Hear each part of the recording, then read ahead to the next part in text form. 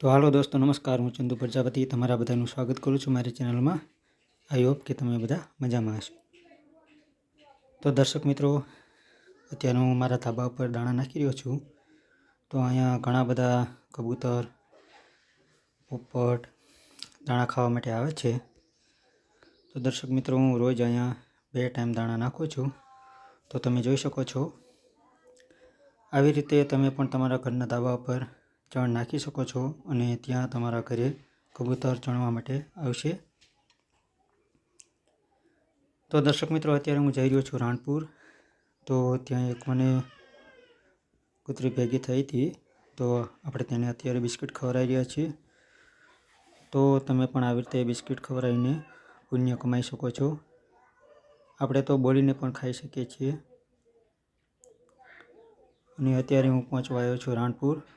તો આ કૂતરાને તમે પહેલાં પણ આગળના વિડીયોમાં પણ જોઈ છે, તેની હાલત બહુ ખરાબ હતી। તો તેને આપણે દવા દેવાથી ઘણી બધી રાહત થઈ ગઈ છે અને અત્યારે આપણે તેને ખવડાવી રહ્યા છીએ। અને આ લાડવા પણ હું ઘરે બનાવું છું અને લાડવા બિસ્કિટ આવું બધું આપું છું।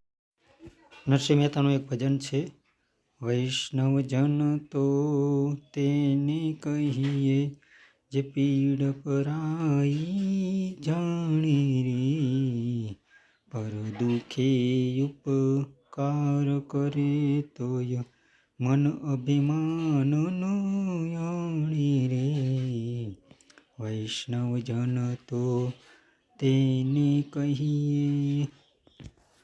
તો દર્શક મિત્રો, આવી રીતે તમે પણ અબોલ જીવને ખવડાવીને પુણ્ય કમાઈ શકો છો। અને આ વિડીયો બનાવવાનું પાછળનું કારણ પણ આ જ છે કે આના થકી બીજા પણ માણસો શીખે ને આવા કોઈ અબોલ પશુ હોય જે પ્રાણી તેને ખવડાવે।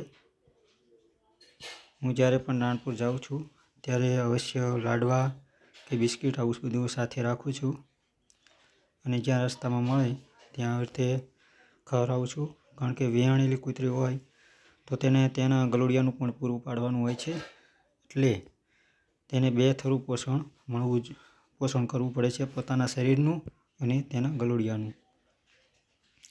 અને આપણી ચેનલમાં દર્શક મિત્રો નવા હોય તો તમે મારી ચેનલ સબસ્ક્રાઈબ જરૂરથી કરી લેજો, જેથી તમને આવા સેવાના વિડીયો જોવા મળે। અને આ પણ રાણપુર સ્ટેશન પાસે જ છે। તો આના પણ દર્શક મિત્રો વાળ ખરી ગયા હતા અને આની પણ હાલત થોડી ખરાબ હતી। તો તેને દવા દેવાથી ઘણી બધી રાહત થઈ ગઈ છે અને અત્યારે ઘણું બધું સારું છે। તો અત્યારે હું લાડવા તેને ખવડાવી રહ્યો છું। આ રાણપુર સ્ટેશન પાસે જ છે, રેલવે સ્ટેશન પાસે। તો તમે જોઈ શકો છો પહેલાંનો સીન અને અત્યારનો। તો આટલો બધો તેને ફરક પડી ગયો છે અને સારું પણ થઈ ગયું છે। કારણ કે આપણે તો દર્શક મિત્રો બોલીને પણ દવા લઈ શકીએ છીએ, પણ આ અબોલ પશુ બોલીને દવા લઈ શકતા નથી। તો દર્શક મિત્રો, આજ માટે આટલું જ છે। તમને મારો વિડીયો કેવો લાગ્યો? તમને મારો વિડીયો પસંદ હોય તો લાઈક કરો, શેર કરો અને કોમેન્ટ કરો। જય હિન્દ, જય ભારત।